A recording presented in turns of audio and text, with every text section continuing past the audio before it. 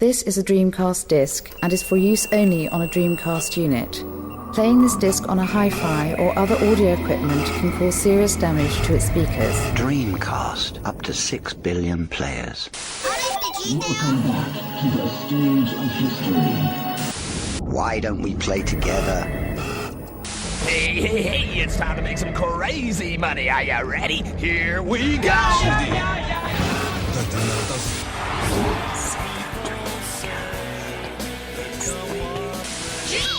Please stop this disc now.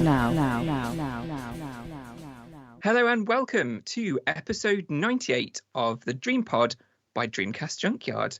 If you're joining us for the first time, hi.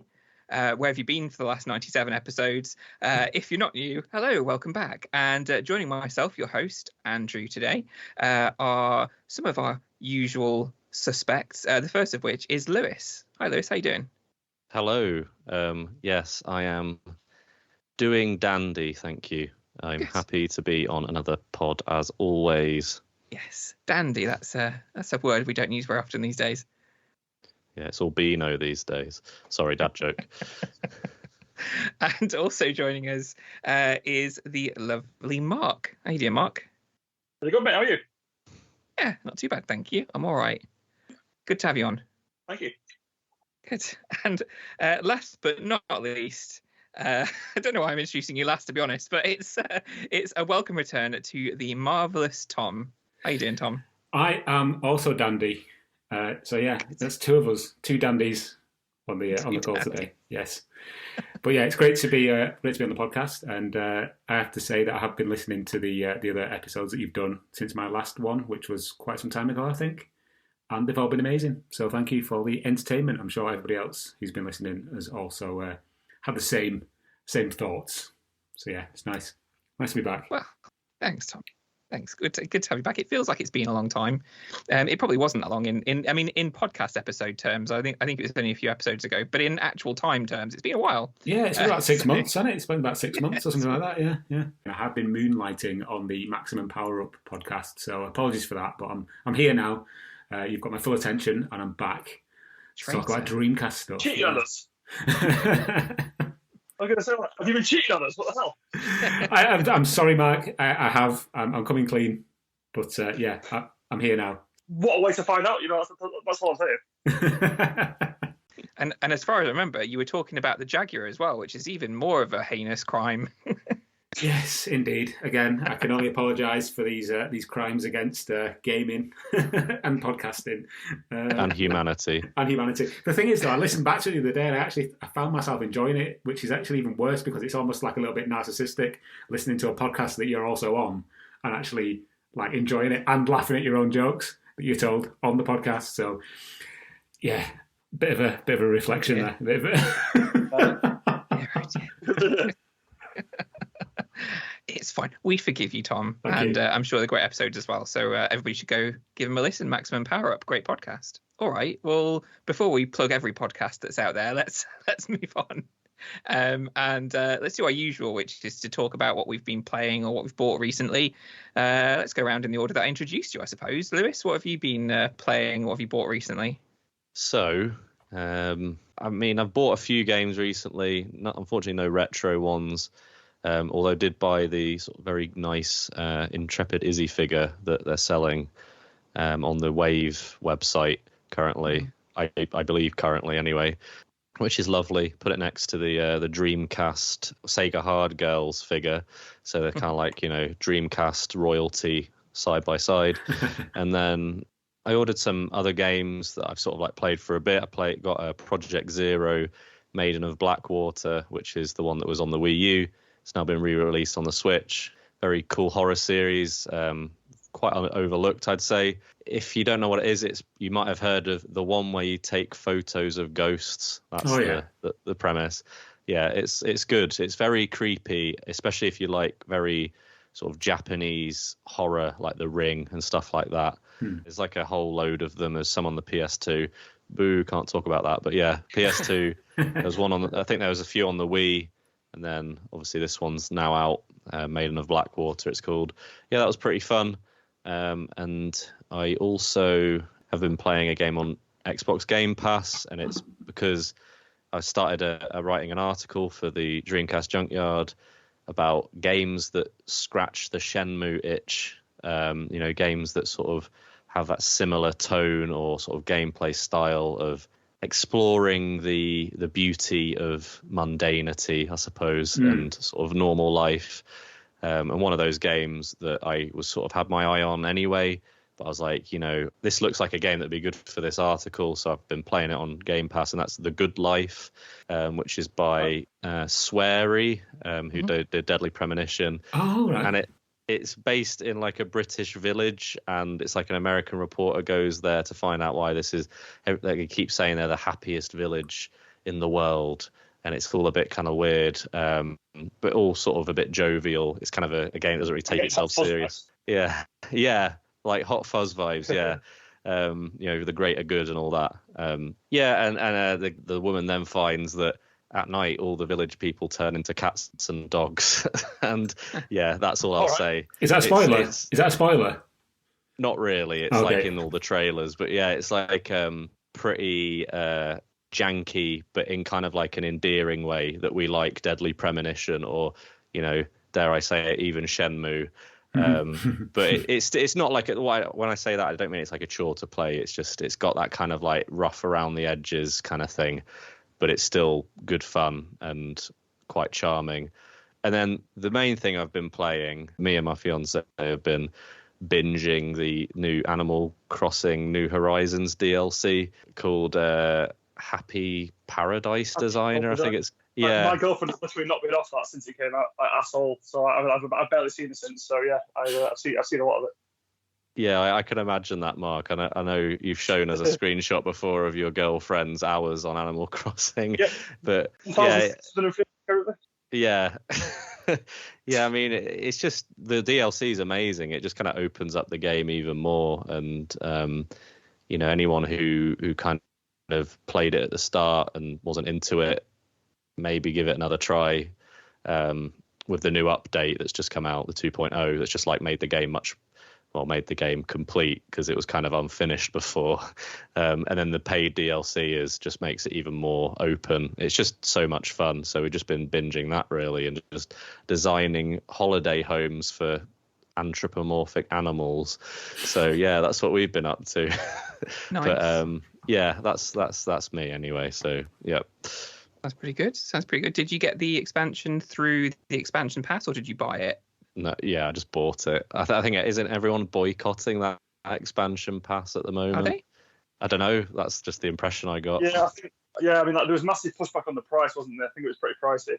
It was, but if you do like a family, so some of the people I know, we did like a family deal, and we all just put a tenner in, and it was like 6 of us, and it cost us a tenner each for the year. So that's not bad. It works out okay. You just have to do that rather than if you bought it individually. The price is quite high, but if you do a family plan, get a few mates together to do it, then it's not too bad. It's not too bad, and you get it for free, I guess. So, but I think it's the N64 games, right, that people are not so keen on because they're a bit janky. They're not quite right on the service, but we're a Dreamcast podcast, so we don't care about the N64. Or maybe if they did a Dreamcast thing, I'd probably look into it. Yes, for sure. Mark, what have you been playing or buying recently? Well, as you all know, I'm an idiot, so I've been buying Atari Jaguar games. Yay! So I've got a new series on the channel, Maz Gaming, if anyone hasn't seen it. We've got a new series, Maz Mondays, and episode 2, which is actually up tomorrow. We've literally just finished the edit today, is about the Atari Jaguar, but I didn't have a lot of the games actually physical. So over the course of it, I managed to, I think, convert myself to be an Atari Jaguar collector as well, which is something I never wanted to ever say. Join us. Yeah. Join us. I know. I've kind of become like what I always swore to destroy. Kind of thing. I've suddenly gone from having like 2 games ever, having owned the Jaguar for like 5 years, to having about 8 or 9. Some of them are all right. Some of them absolutely aren't. So that's largely what the video's about. But I spent the last couple of weeks playing Atari Jaguar videos, which I never ever thought I'd say. So it's been that, and a little bit of Forza, but not much. Just because I've been stuck on the edit really. Fair enough.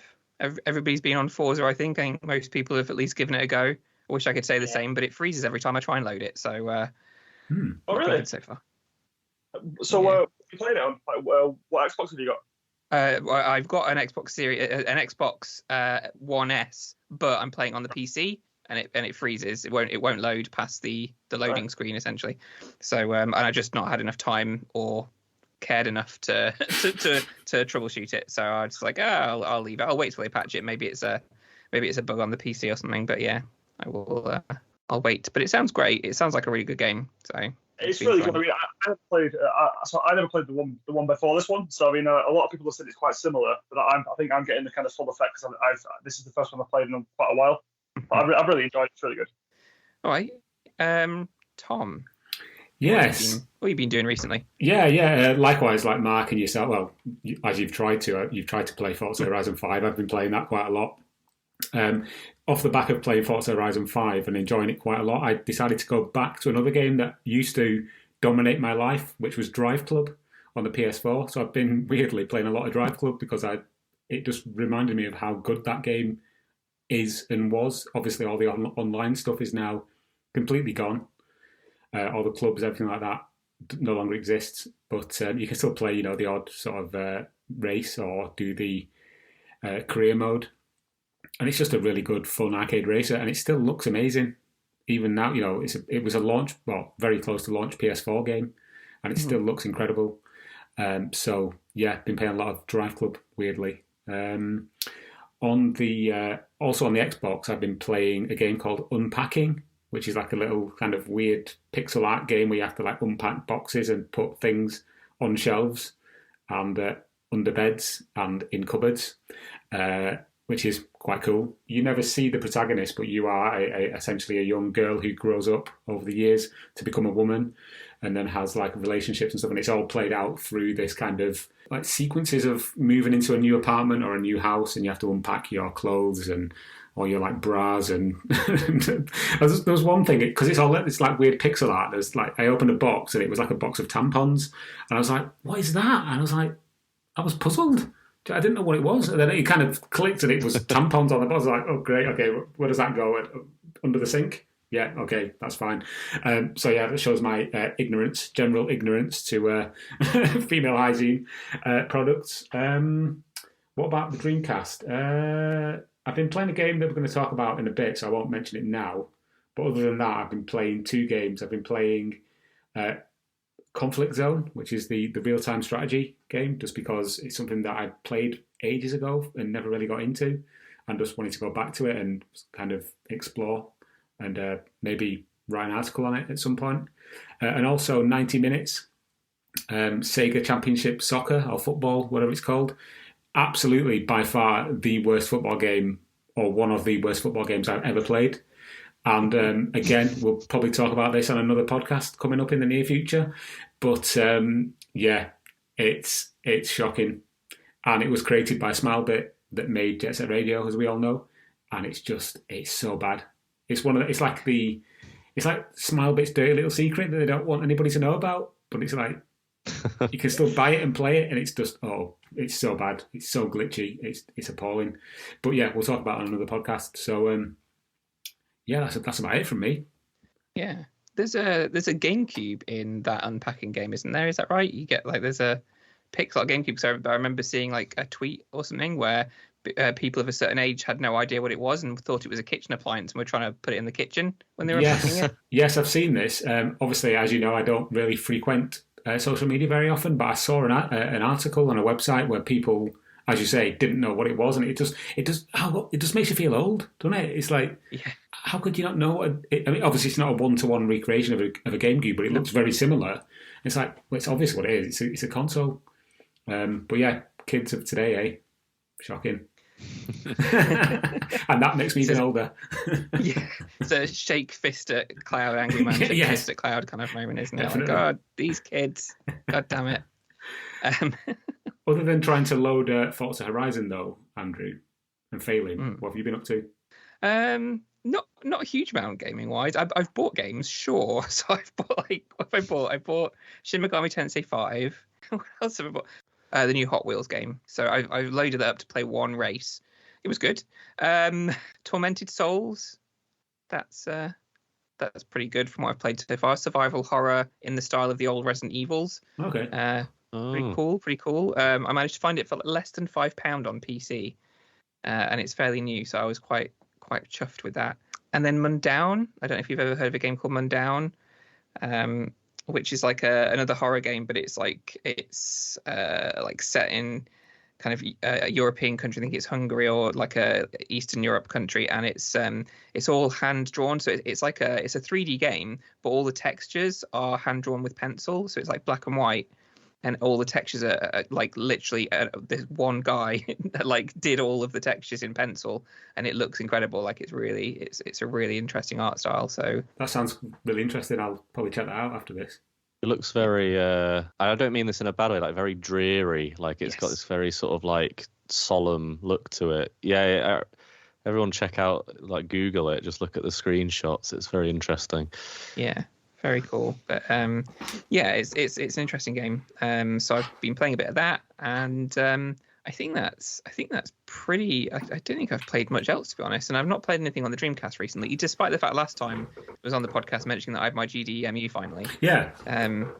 I just haven't plugged it in. I went away for a week, like left the house for like the first time in 2 years for a whole week, and then came back and was like thrown into work and had so much to do and catch up on. So I just haven't played the Dreamcast, and I've played probably 30 minutes of any other game that I've played. So yeah, it's not been my most exciting time for games, unfortunately. But at least I've picked up a few interesting ones that maybe in about 30 years' time I'll get to actually play properly. So we'll see. We'll see. Does anyone have like a kind of this weird thing I do where you have all these like amazing old consoles, but for some reason you've always got to go to like the newer thing and play the newer thing? Like I obviously try and play my Dreamcast as much as possible, but I feel like for just kind of like casual gaming, I'm always loading up the new thing. I'm not just throwing on the Dreamcast. I don't know why. I was going to say, yeah, I used to be the same when I still had like a massive collection of consoles and games and stuff. The last thing I would do is like, I'd just chuck on the Neo Geo CD and play a quick game of something. Do you know what I mean? I'd always go to the modern gen console that I had, so I was hooked up. Yeah. So I know what you mean. Yeah. I kind of wish I was like that. So, my PS4 was largely just like a Netflix machine after maybe a couple of months, and then I kind of done the same with my Series S as well. So I mean, obviously Game Pass is good. I play a lot on there, but like in terms of kind of buying new stuff and all the rest of it, not really. So yeah, I probably am maybe the exception to that. I'm always on the older stuff for some reason. I think it's just because all my like new consoles are in the front room, so it's just like pick up controller, play. Whereas all my my retro stuff's relegated to the nerd room. Best room. Yeah, definitely the best room. Yeah, absolutely. It's interesting, though, isn't it? Because it's like it feels just as hard now to play new games as it does old games, because you have to wait. Like you get a new game, you have to wait for it to install and to update. If you haven't played it for a while, you have to wait for it to update. Whereas at least with the retro consoles, you can literally just plug it in and play a game straight away. But then you have to get it out, plug it in. So there's kind of barriers to entry for both, right? Like, that's how I feel anyway. Yeah. Sorry, on that topic, I just have to explain something to you that drove me mental in the last couple of weeks. I bought, what was it? I got the, the 2019 version of Call of Duty. I'm not a COD bro or anything like that. I just thought it looked interesting, so I got it. And I put it in my Xbox, and I'm not joking, it took about 4 or 5 days of updates before I could actually play it. Wow. That was unbelievable. I'm just like, what is this? Is it some kind of joke? I almost gave up and just took it back and said I don't want it because I can't play it. But eventually it sorted itself out. But man, after so many updates, it was just like, wow, that is ridiculous. But yeah, sorry, again, shaking fist at Cloud. Man, makes a reappearance on the podcast. Yeah, that would have been Modern Warfare, right? I think so. The new Modern Warfare, and that's the first one that had Warzone, and I think that's what caused it to be so massive. Yeah, that makes total sense. Yeah. The exact same game. A guy from my work actually booked a day off, on launch day, from work, and didn't actually play it at all on launch day whatsoever. Madness. Yeah. I mean, even if you downloaded a Dreamcast game, it would only be like 2 gigs max usually, right? Like, so it's seconds. Crazy. Yeah. I mean, people with bad internet suffer as well. Like, you know, when I used to play Overwatch a lot, we'd all be like scrambling to play the new update. Like, oh my God, the new update's out. And then it'd be like, we'd all get ours installed. And then my mate, who's got like some crap, you know, copper wire internet, is like, yeah, I guess I'll just play it with you tomorrow, lads. It's still got like 50 hours to go or something, you know. And we're just there like, oh yeah, there's these cool things that they've introduced and all this. And he's just there like, yeah, I'll see you tomorrow, guys. It's like really like sad. So sad. I'm copper wire still, but not for too long, hopefully, because they're introducing fiber where I live. So I should be able to join the ranks of the modern people soon. Yeah. Oh dear. Anyway, enough chit chat about modern gaming. I felt like I wanted to spit then at the modern gaming. Not what we're here for. We're here for a 20-year-old console called the Dreamcast, which still does have games coming out for it, incredibly. And we're going to talk about one of them now, which is one that, Tom, you have been given a prologue version for, which is a game coming out next year called Non-Casual Encounter. Is that right? That's exactly right, yeah. And I'd just like to say that was an amazing segue into the Dreamcast and games that are coming out. Yeah, so this is a game called Non-Casual Encounter, as you say. This is coming from an outfit called Sega Saturno Productions. They are responsible for, do you remember Dreamcast Noid? I don't know if anyone else even remembers it. It was a game that was based on Arkanoid. It was like a homebrew where you basically think Breakout, but with like PS2s at the top of the screen, and you had to like bounce a ball and smash tiny PS2s. And they released it on this like miniature disc, a miniature CD in a tiny little game box to like make it stand out from the crowd, I suppose. That was really cool. We looked at it back in like 2017, I think it was, on the blog. But yeah, the team that kind of were partly responsible for that are now making this new game, which is a visual novel, as you say, Andrew, called Non-Casual Encounter. And Alfonso, who's the lead developer, he goes by Ryo Hazuki online. He sent me sorry, not Ryo Hazuki, Ryo Suzuki. Let's get that right. He sent me a like an advanced copy of this prologue that they're putting out for this new visual novel. The prologue version has got actually very little to do with the final game, as far as I know. It's literally just like a sort of an interactive, like manual, or you know, this is how you play a visual novel for people who've never played one. And it's really well done. It's so kind of self-aware that it's a visual novel. It's almost kind of like it's such my type of humor that you turn the game on. It's like this character pops up on the screen and is like, "Hi, this is a visual novel. You won't do much in this game apart from press the A button. That might sound boring, but that's what a visual novel is," kind of thing. Do you know what I mean? It's breaking the fourth wall, and it does things that are really cool. Like, and I won't give too much away. I did an article on the blog recently about this, like a preview. So I'll just kind of use the same examples of cool things that it does as I put in the article, so it doesn't give any spoilers away. But it does things like it'll start playing like weird random noises. And when I first heard it, I thought the game was broken. I thought it was like a glitch.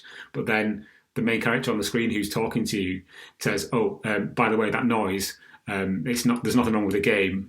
You have to press this combination of buttons to turn the noise off." I was like, that's pretty cool. It's like almost like Eternal Darkness on the GameCube. Remember that, where it would like make it look like the volume was turning up or your memory card was corrupted. So it's like it's very self-aware. It's very fourth wall breaking, and I really like the style of humour. And so, yeah, Non-Casual Encounter prologue. I think what they're going to do is they're going to sell this as a sort of a standalone introduction to the main game, coming around Christmas 2021 for less than like €10. I think it's just it's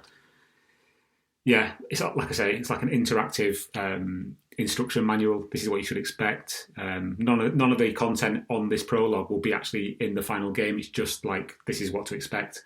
And yeah, if they can keep the humour the same and keep the kind of interaction and, again, breaking that fourth wall, it'll be really cool. So I'm looking forward to it. And I know that, Lewis, you're more of the visual novel expert on the team, but I just thought I'll give it a go. This is the first time I've ever played a visual novel. So, yeah, I like what I've seen. So maybe I'll, investigate some more. Sounds cool. Sounds cool. Do we know much about what the actual final game is supposed to be about? Because Non-Casual Encounter is an interesting title. It's odd. Yeah, I think they've kept it, purposely vague. It says multiple times throughout the game that nothing in that prologue is going to be in the final game. It's literally just to introduce you to the way that the game plays and what to expect, kind of thing. So I'm guessing this in itself will become a game in its own right, even though it's a prologue for another game. So even that in itself is quite cool. I like the way they've done things. And yeah, there's some pretty big names involved in this, from the world of like indie, like homebrew or whatever you want to call it.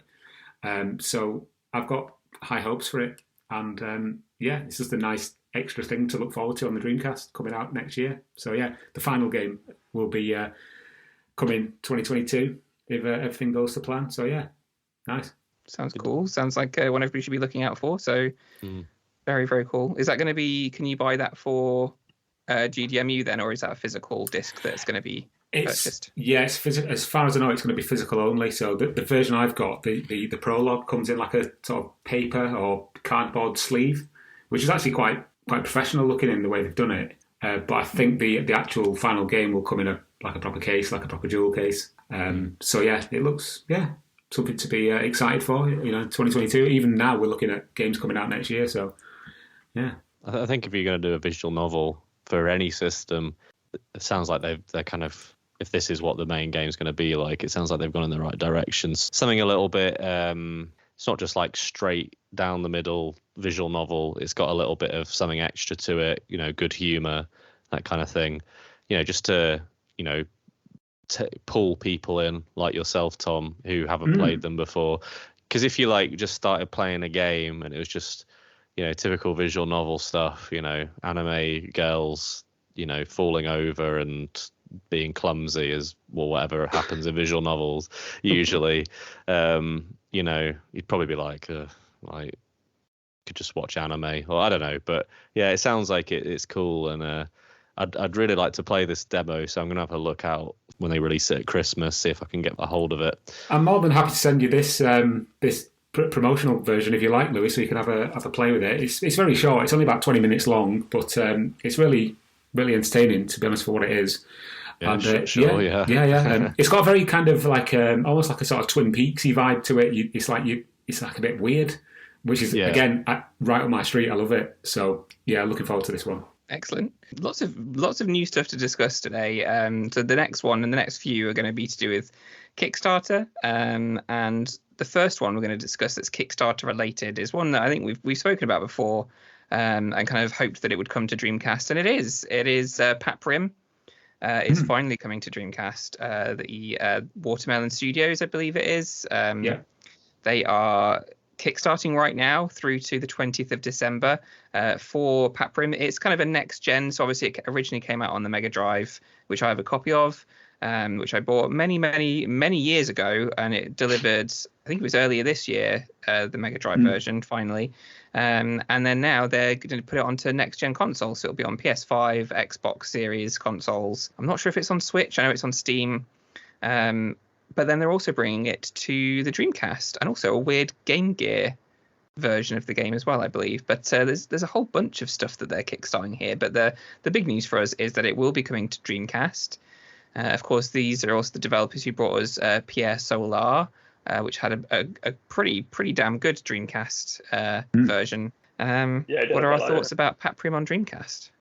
I always thought it odd that the original version, or the original kind of Kickstarter, didn't include a Dreamcast sort of port, or do you know what I mean? Because obviously Pierre Solar started as a Mega Drive game, I believe, and then went on to the Dreamcast. So I always just assumed that it would eventually come to the. Obviously, it has now as part of this next gen campaign. What's interesting though is that the Dreamcast version is going to be kind of like a sort of a hybrid between the 16-bit version and the next gen version, with its own bespoke content. Almost like, you remember how when Road Rash went onto the Mega CD, and it was like a mix, it was like a mashup between like the 3DO and the Sega Mega Drive versions. So that's how I kind of see Paprium for the Dreamcast. It's like Mega CD, Road Rash. I don't know. That's just yeah, that's just how my mind works in weird ways.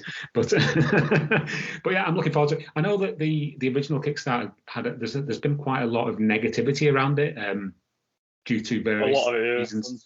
Yeah, like people not getting games. I think some people have still not received their copy. I don't know the in-depth inside story about why there's so much negativity around Paprium. Yeah. Well, I actually watched. So I was going to say, I actually watched a DJ Slopes kick scammer video on this not long ago. Okay. Yeah, so I mean, like at the end of the video, he's like, weirdly, this has actually just turned up and he's just got his copy, but he spent like nearly an hour talking about how so many people have been told, yep, it's on the way, and then it's never arrived, and then just like tons of issues kind of across the board, and just things being like Watermelon basically disappearing for years at a time in terms of not responding to anyone's emails, and then suddenly popping up again with presumably like a full casting crew behind the scenes doing stuff. It's clearly arrived with some people, so it's clearly been being worked on. But I think the communication's been piss poor for quite a while, unfortunately, which makes me think. I mean, I'm definitely happy that this is coming to Dreamcast, and I would definitely pick it up if it was available in physical. But I can't even imagine what year are we talking for that now? Really, you're looking at like 2025, 2026, maybe. God knows. Can you imagine if Elysian Shadows also kind of just comes out of nowhere as well? Like, here it is. It's just dropping through people's door, like letterboxes. It's not going to happen, obviously, but well, that's what happened to you, Andrew, isn't it? It just your copy of Paprium just showed up, didn't it? And you're like, what? Showed up. Yeah. I mean, like Mark said, it was I lived through that, so it was because PSLR took a long time, right, for the Dreamcast especially. It was ages and ages, but it was worth it in the end because the quality of that was incredible. The way they packaged it, all the stuff that came with it was fantastic. So I was like, okay, well, Paprium was up for pre-order on their site, and I was like, sure, this has been in development for a couple of years. I'll get that. That sounds good. Paid my money. Year went by, literally, I think it was 3 years and nothing. Like, I think they had like 3 updates in that time, and one of them was to tell us that PayPal had stolen their money or something. And then we were like, oh, so does that mean we're not getting the game? Then they had issues with making the game. Like, I think that it was too complex for the cartridge that they were using. They had to create a whole new thing for the cart to make it work. And then it just showed up one day after everybody had kind of given up hope that it was ever going to arrive. And it's like, this new Kickstarter, although there's some trepidation there, and they go quiet for a long period of time, they've now delivered twice. In fact, more than that, they delivered a game before PSLR as well. So they've done this before. So they're just really bad at communication. And I think at this point, people probably just have to go, that's just the way it is. If you want to back one of their products, they're just not going to communicate with you for years on end, and then it'll show up. So am I right in saying that you didn't receive an email, asking whether or not you changed address in that time? Because I think that was something that people. Oh, you did. Okay. I did, but it was like I think then it took a bit. Yeah, I think that's where it came out of the blue. Like all of a sudden they were asking about addresses, and it was like, oh, okay, and then it arrived a few weeks later. So yeah, it was and like you say, some people still haven't received theirs. Some people have received them and then sold them on because they're so rare at this point, the Mega Drive versions, that they sold for hundreds of pounds. And there was this whole thing as well where they sent an email out, like Watermelon sent an email, Fonzie, the guy who runs it, about how people were selling them for ridiculous amounts, and they're like, we need help because we're not making any money here. So I think this is one of the reasons they've made this Kickstarter, is I think that they kind of ran out of money with the whole thing, and now they're seeing people selling their copies for hundreds of pounds and like, hey, we could have been making more money out of this. Yeah. So Andrew, I'm just looking at eBay now as we speak. There's a copy for £400 for the Mega Drive. There's also a copy for £500. Yeah. Wow. Sealed, probably. I'm guessing they're sealed copies. Yes, they are. There's some that came with a comic book. If you pre-ordered, like before I did, some came with a comic book. They're the rarest. James had one of those, in fact, I think, and he sold his, but I don't think he got anywhere near £400 or £500 for it. So he should have waited a bit longer. What I would say, I'm just literally on their Kickstarter now. I mean, I wouldn't feel too sorry for them because it's currently at $623,000. So. They're all right. They'll be okay. They're going to do fine. They're going to do fine. I mean, I backed it, so I backed the Dreamcast version, so that's nice. Yeah, that's cool. And Watermelon, if you're listening, I've backed 2 of your games now. If you want to send me a copy to review, I'll be more than happy to review the Dreamcast copy. Go for it. No, but it's going to be cool. I mean, I've played all of about 20 to 30 minutes of the Mega Drive version, and I'm a Streets of Rage fan, and it does definitely scratch that itch. The music's pretty cool. There's a huge amount to like about it. It wasn't perfect. It's the fact that it was on the Mega Drive. Certain Mega Drives didn't play it as well, annoyingly, like because there's so many different types of versions of the Mega Drive. So hopefully stuff on them, when they release it on modern consoles and the Dreamcast, that's going to be squashed. But and they have a cool arcade stick that they brought out for it as well, which looked amazing but cost like $250. So yeah. I always remember in the original campaign there was like this like really like muscly guy screaming into a microphone. Yeah. Cool. So yeah, Paprium, there you go. Hopefully it'll come out. Hopefully it'll come out this side of 2030. We'll see. Hopefully it's not going to be £400 on eBay when it's released. Hopefully one day they'll just put it up on their website and I can buy it. Hopefully that's the way I can buy it. But that's the thing with Kickstarter is you worry that if you don't back it, you're never going to get it. So yeah. That's true. I mean, wouldn't worry too much. I think both of the times when I got Paprium for the Mega Drive and PS Solar for the Dreamcast, it was both from their website and not Kickstarter. So they do that. So you should be okay. You might just wait for a couple of years before you can order it. But yeah, there you go. That's cool. Something I think coming to Kickstarter potentially soon, I believe, is a game called Shadow Gangs, which I know we've talked about on the pod before as well. Who wants to take this one? Yeah, I'll take a stab at it. Yeah, I mean, Shadow Gangs game has been out on Steam now and Xbox for quite some time, probably about a year now. It's been really well received. I first heard about this coming to the Dreamcast back in like 2016. Right. And it was actually part of a Kickstarter originally, but it didn't make its goal or something. And then was taken off Kickstarter and then was just created kind of independently. Correct me if I'm wrong, anybody listening to this, but the Dreamcast version was actually one of the original versions that was kind of like mooted at the time, but then it kind of disappeared and was thought to be cancelled or just nobody was working on it. But recently a video appeared online of Shadow Gangs running on the Dreamcast, and I think what's going to happen is that another Kickstarter will be launched in the coming months just to get a full Dreamcast official kind of launch and physical release. So, and the reviews for this game on Steam, for example, are overwhelmingly positive. So yeah, it's almost like a sort of a Shinobi-esque style side-scrolling beat 'em up, and it's got very heavy retro kind of styling. Looks pretty cool. It reminds me of a game called Shadow Ninja on the was it Dragon Ninja? Dragon Ninja, yeah, on the Amstrad that I used to play when I was a wee nipper.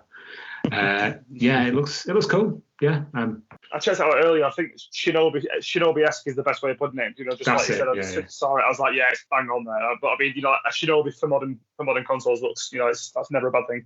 So yeah, it looks really good to me. It's quite positive as well that it seems like the person making this has taken their time, and it seems like they're actually, fully testing everything and, getting it ready instead of just kind of doing hey, we're going to put it on Dreamcast, here's a Kickstarter. The Kickstarter being to fund the development of the Dreamcast version. It seems like they've actually got it kind of going. They're making sure it runs at perfect frames per second. At the moment, they're in kind of seems to be in my good books anyway. It seems like that it'll be, hopefully if the Kickstarter goes okay, going to be hopefully quite a quick Kickstarter. If it's pretty much sorted, perhaps we'll get it sooner rather than later, as opposed to having to wait watermelon time, so yeah, fingers crossed. Also, like the sprite work is beautiful. There's this like one bit in Shadow Gangs that's like I think they were showing it in one of the videos. It's like I've not played the game. It appears to be some kind of like bonus level where it's like you're basically shooting things with an Uzi, and the sprite work of like the hand like holding the Uzi looks like incredible. And it just looks really stylish, and it's kind of like that faux retro, but in like a really awesome way. At least on the Dreamcast version, anyway. Is watermelon time like Fergie time? Yeah.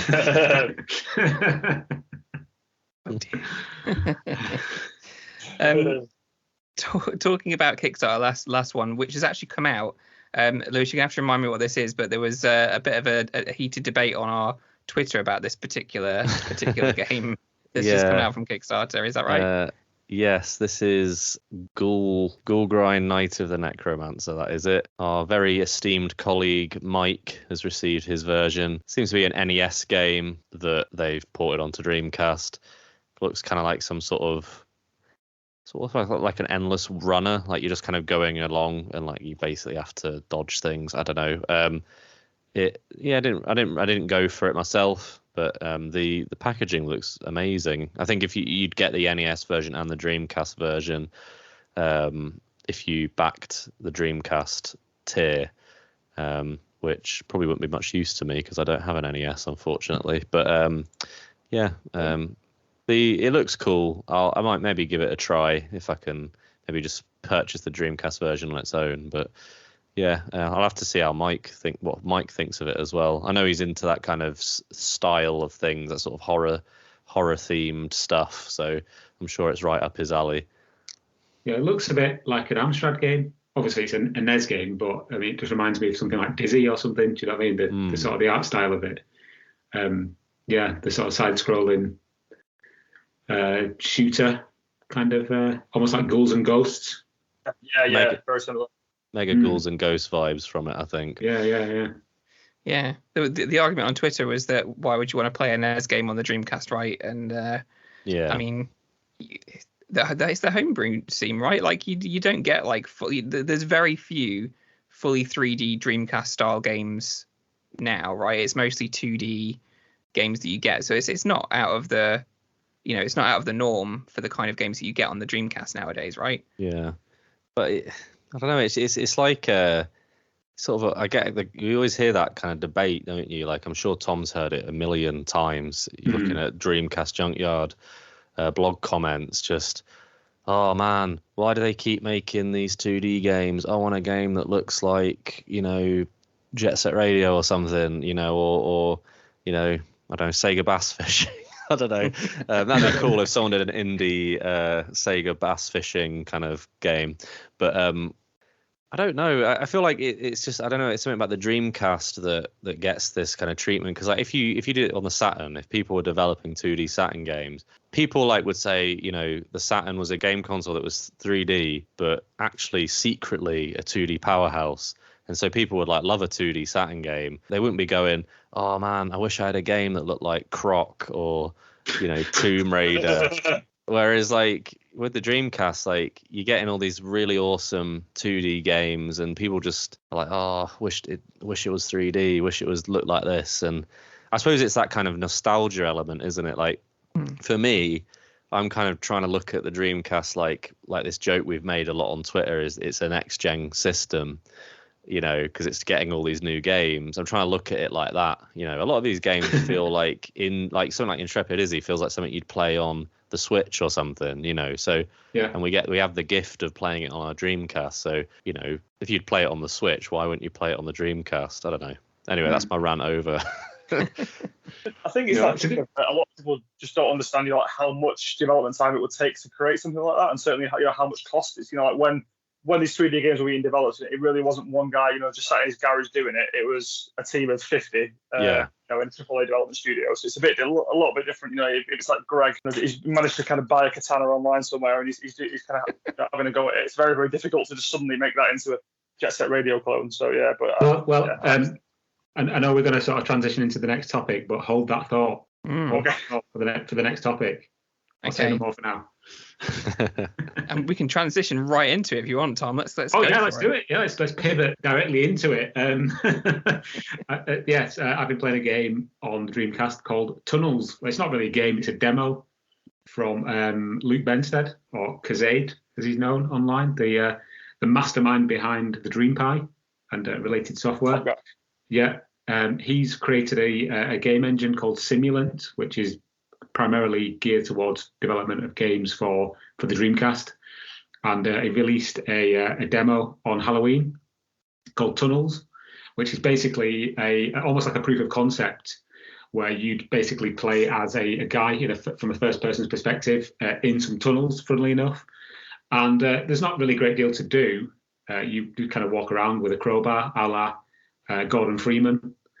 But what this demo does is it demonstrates things that have never really previously been done in Dreamcast games. So there's a full physics engine in there. You can roll this kind of like, I think it's meant to be a pumpkin. You can roll this pumpkin thing around, and it's got full weight to it. There's like really cool lighting effects. There's a really well done monster. It's like a big spider that inhabits one of the caverns, and it looks really, really good. It's using some kind of technique that they've not used in a Dreamcast game before. But yeah, this is all running off the Simulant engine, which, as I say, is a new bespoke engine created by Luke and his team. But the reason I said hold that thought, Mark, was because this was literally developed by two guys in their spare time. So. Do you know what I mean? It's really impressive. We did have Luke on the podcast quite a while back now, just talking about Simulant and what they can do with the engine. But this is just another example of how creative people can be in the indie dev scene on the Dreamcast, and how they can, with, I'm not going to say minimal effort because I'm not a programmer and I'm guessing there was a lot of effort that was put into this, but with quite a minimal amount of time, they created a fully working first-person demo with full physics, lighting effects, enemies, AI. Do you know what I mean? And it's just like, wow, can you imagine if this was like a full studio or a team given this engine to work with? So yeah, it's really cool, and you can download it for free off itch and put it onto a GDMU or put it onto a CDR, play it in your Dreamcast and just have a mess around with it. It's cool. Just rolling a weird little pumpkin thing around and marveling at the physics that it's got. Because yeah, it's one way to spend a Sunday afternoon.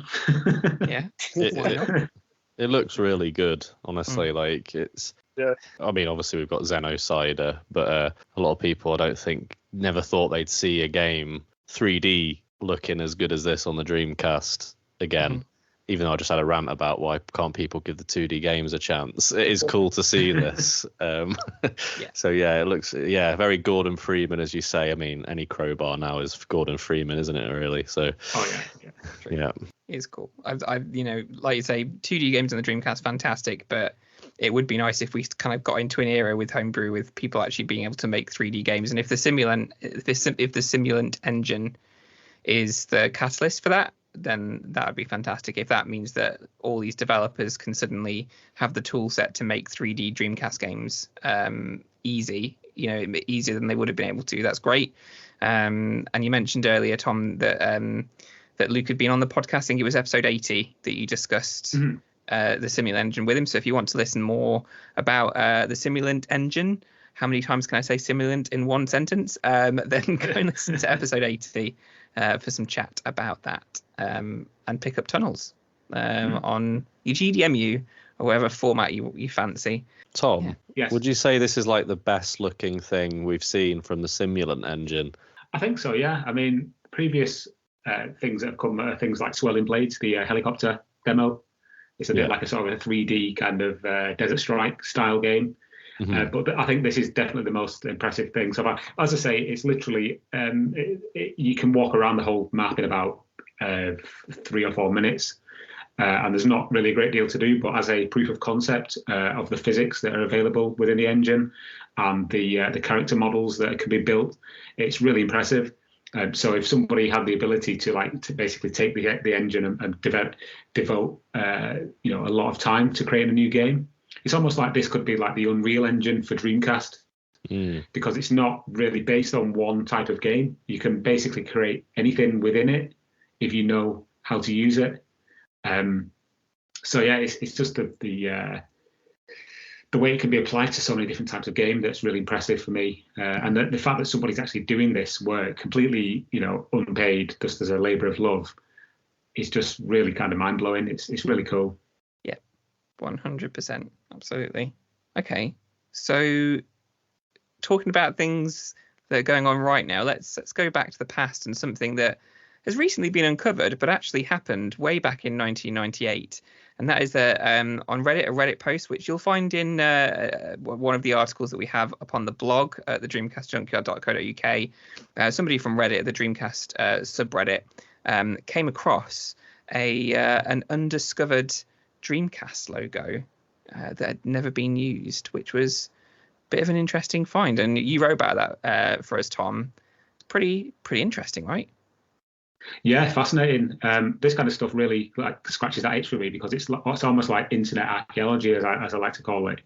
And this particular thing was almost hidden in plain sight. So this Reddit user posted to the our Dreamcast thread on Reddit, where he'd been, I presume, scouting around on the Japanese patent office. I mean, I know that I have in the past, and I know that PC Wizard has as well.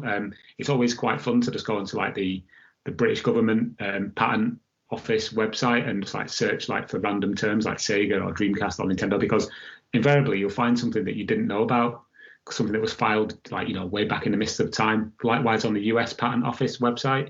I'd never done it on the Japanese patent office website, so obviously that's where this guy had obviously done it, you know, slightly differently, and discovered a previously unseen prototype Dreamcast logo, which for all intents and purposes is quite similar to the one that we got, but looks like a film reel almost. It has a sort of a 3D angle to it.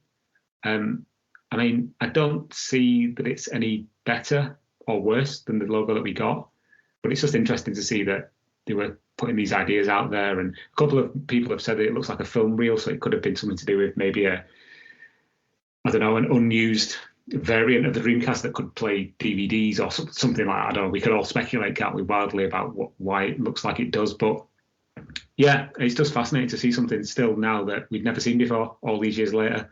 And it's been hiding in plain sight, as I say, on the Japanese patent office website, and nobody's ever seen it before now. So yeah, it's cool. Yeah, really cool. Makes you wonder if there's anything else hidden out there, because you think they must have gone through a lot of different variations of the Dreamcast logo before they got to the one that they used. So there must be some others out there, maybe that they also patented but just never used. So it'd be interesting to see if we get any of those in the future. I did mention in my article that it was really unusual that that this logo in particular had not been shown in the Sega Dreamcast collected works by Read Only Memories, because that book is like it's a really good book, and the authors had access to the Sega archives, and there's no mention in that book anywhere of this logo. So whether or not it's just something that was like cutting room floor type thing, let's just jot this out, see if it works. No, but we'll put it up on the website anyway, on the patent office website anyway. I don't know. It's like a glimpse back in time into to what we could have had but never got. But it's just a nice little curio, I think. Yeah, I mean, now I'm looking at it. I first I was like, yeah, it looks a lot like film reel. Yeah, it could just be like a version of the logo that's they're trying to make it look a bit 3D. It's sort of almost, it has a very early 2000s look to it. Yeah, it does. Like it's the sort of thing you'd see some company that made some like short-lived electronic device that would use a sort of style like this sort of like faux 3D style. And yeah, I'm glad they went with if this was just another one that they had to pick from a load of different ones, I'm glad they picked the one they did, obviously. But yeah, this kind of style I don't think would have aged as well, I don't think, as the one we got. No. If you look at it as well, the final part of the spiral starts further down than the actual one does it. So if you look at the Dreamcast logo, where the spiral starts on the right hand side, it's kind of like on the sort of it's in line with the center of the spiral, whereas this one, it's further down. It just looks a bit messy. And I was looking at it the other day and I was thinking, could this have been like maybe a prototype for a Mark, you'll be the expert to assist me on this little mind wandering thought experiment. But on the Atari Jaguar box, on the Atari Jaguar game boxes, there's like a little hologram to show that it's an official. Not that anybody would be pirating Atari Jaguar games back then, but there's a little kind of silver, authentic kind of badge of honor type thing. I was wondering if this could have been maybe an unused official Dreamcast like hologram type motif potentially. I don't know. That's a pretty that's the kind of, I feel like I could see that design, like the PS2 games. Didn't they have sort of a similar thing? Yeah, they did. Yeah, But yeah, it's cool how these things just keep popping up, and I'm sure we'll see even more kind of. One thing I've never seen, I think I've mentioned this on the podcast before, and I know that it's not something that you expect to see, but I've never ever seen a photograph of like Dreamcasts on a production line. I've never seen like inside of a Dreamcast factory, if that's the right term. But I know there were several different facilities around the world, in the Far East, Asia, that were used to create Dreamcasts at separate times throughout the Dreamcast life. But I've never once seen a photograph of either any kind of factory work or production line, or even just like, boxes of Dreamcasts coming out of the factory on a forklift truck. Do you know what I mean? I've never seen that. So that's my holy grail. Yeah, it's weird that's never happened. The closest I've seen is the cargo ship that came up with all the Dreamcasts that I think they had a photo of in one of the Dreamcast magazines. And I can't remember which one it was. Might have been Dreamcast magazine perhaps. But that's the closest I've seen. And like you said, I've not seen any in a factory. That's so weird. That it must exist, right? Like somebody in Sega must have requested photographs of them being produced. You'd think so, yeah. Yeah, interesting. But maybe we'll start to see them, as there could be collectors out there with all sorts of stuff from, old Sega offices and stuff. There are people who have old dev kits. There are people who have old discs with, games and demos that never came to be. Maybe there's the same for Dreamcast documentation and photographs and things that it's not come to light yet. So fingers crossed, that'd be awesome. Maybe someone's like private collection who used to like work at Sega or something. They've got it like in their attic or something like that. That'd be pretty cool. Mm. Yeah, that'd be awesome. Yeah, cool. Okay, well, hopefully we get to see more unseen things in the future. It'd be nice to get that. It's always nice when they come to light. So, but that's it. That's all the news we've got, I believe, which is quite a lot of news. To be fair, we've gone through quite a lot since the last news episode that we did. So that's that. Cool. All right. Well. The last thing to say really is we've set up a little something. We mentioned, I think it was on the last podcast, had a little bit of a joke that Tom had a certain company reach out to him for sponsorship, and I think we ended up just saying balls to it, didn't we? Really? Yes, we did, and it was quite telling that Mike predicted that it might be something to do with erectile dysfunction. It wasn't quite erectile dysfunction, but it's in the same ballpark, shall we say? Park. But yeah, we've politely declined just because we're not mercenaries. Is that the right word? I don't know. But Chills. Yeah. Sellouts. Yeah. But yeah, it's it was interesting at the time. But you see what they ask of you, and we wouldn't want to put listeners through any of that because it would be terrible. So instead, we've had a lot of people over the years who have have asked us, how can we donate? How can we get involved? With giving you some money. And of course, there's stuff like Patreon, which a lot of people use, but it never seemed like the right fit for what we do because we don't, we don't do regular content. We do it as and when something happens or as and when we all feel the mood to do it. Because if you had to do regular content, it just sucks the fun out of it, doesn't it? Really, you want to do it, and the mood strikes you. Yeah, and we've all got day jobs as well, so it's when we can find the time to all get together like this, for example. Exactly.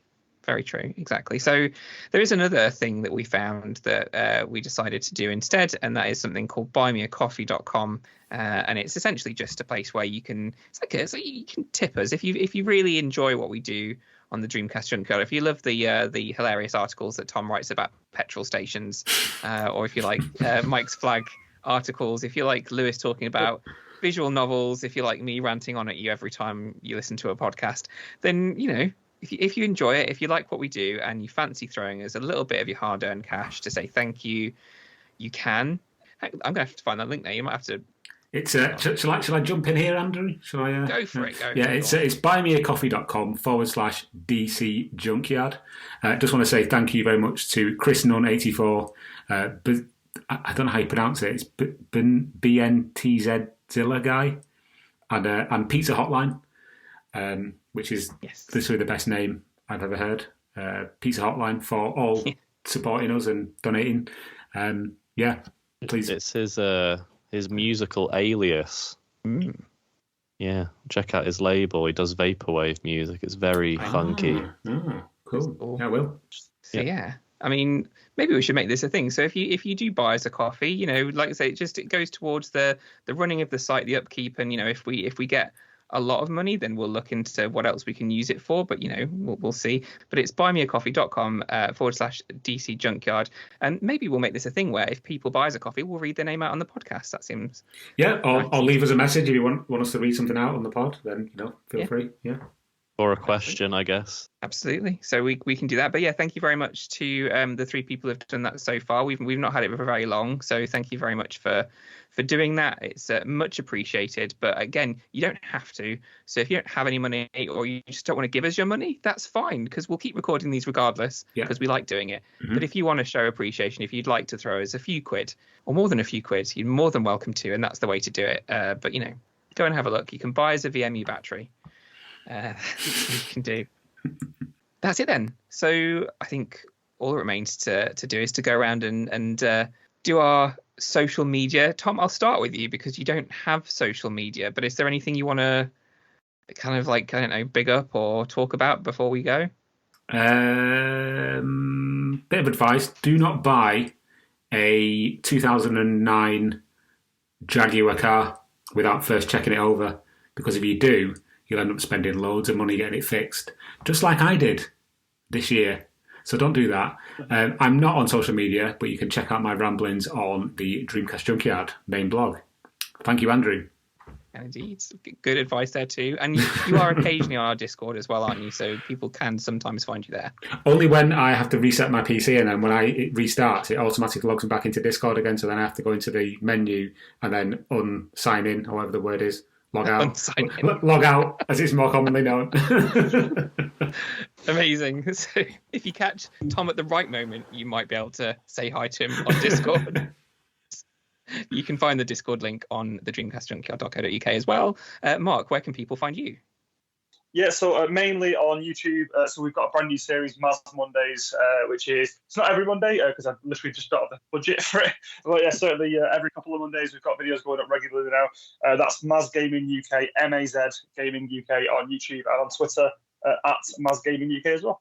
Yeah, definitely go check that out. Your first video was awesome. Lots of awesome feedback for that as well, and I'm looking forward to your second one too. Thank you. Lewis, where can people find you if they want to?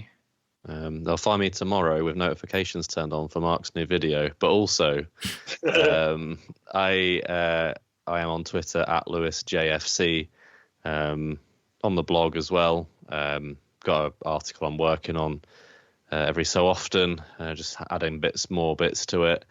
And that's the one about Shenmue and games that that aren't Shenmue, obviously, but they kind of, like I say, scratch the itch. Hopefully it won't offend too many people, but it's a lot of fun to write. So when that comes out, we'll link it, we'll share it. But other than that, that's me. Cool, very cool. You can find me at Oddment84 on Twitter. I'm around on the DreamPod. I occasionally go into the Discord once in a while, usually if I'm being insulted, which is the last time I said anything in there. It's a joke. And so that's where you can find me, and also generally around at Lost in Cult as well, where I think I've mentioned a few times now. I think I mention it all the time, but we do have a lovely Dreamcast issue coming out very soon, and there might be a couple of people who are on this very podcast who might have something in that. So watch this space. All right, that's us. You can find everything that we do on Twitter at the DC Junkyard. Of course, you can go to the dreamcastjunkyard.co.uk for all of our amazing written content, and it is amazing. Go check it out. It's fantastic. And you can find us on YouTube too. What's our YouTube handle? Is it at the DC Junkyard again on there? I think it's just Dreamcast Junkyard. Yeah. Is it? Okay, cool. Where you can find all the things that we do, such as the book clubs, which we've got another one coming up soon, haven't we, Lewis, I believe? Yes, it is about Sonic Adventure. Exciting. That's one to miss then. Don't, Mark's on. He'll... Already raging. Hey, if you guys want to hear Mark and Tom duking it out about Sonic Adventure, there was an episode, Heaven and Hell, we did, wasn't there? To be fair, you didn't duke it out. It was a very civil conversation, but Yes, so that's where you can find us. And of course, you listen to the DreamPod, so there'll be more DreamPod very soon. We still have another Dreamcast Years crossover episode to record at some point for 2002. So listen out for that. That'll be coming to you very, very soon, hopefully. And of course, episode 100, which we're still trying to work out. But if you've got any ideas for it, come and join our Discord and let us know what you think episode 100 should be. I'm trying to get Tom to live stream it, but I don't think that's a goer, unfortunately. It's not going to happen, is it, Tom? No. No, it's not. No. Damn it. Okay. All right. Let's leave it there for this time. Thank you so much for joining us, everybody. It's been a pleasure. Speak to you all soon. Take care. Please stop this disc now.